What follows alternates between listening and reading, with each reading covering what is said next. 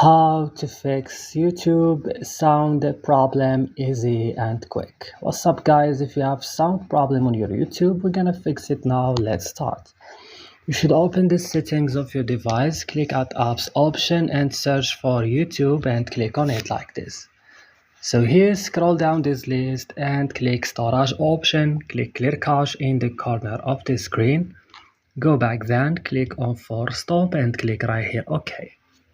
Come directly to Play Store or App Store, update your YouTube, restart your phone right now, and that's it. Don't forget to like, also subscribe in this channel, and bye.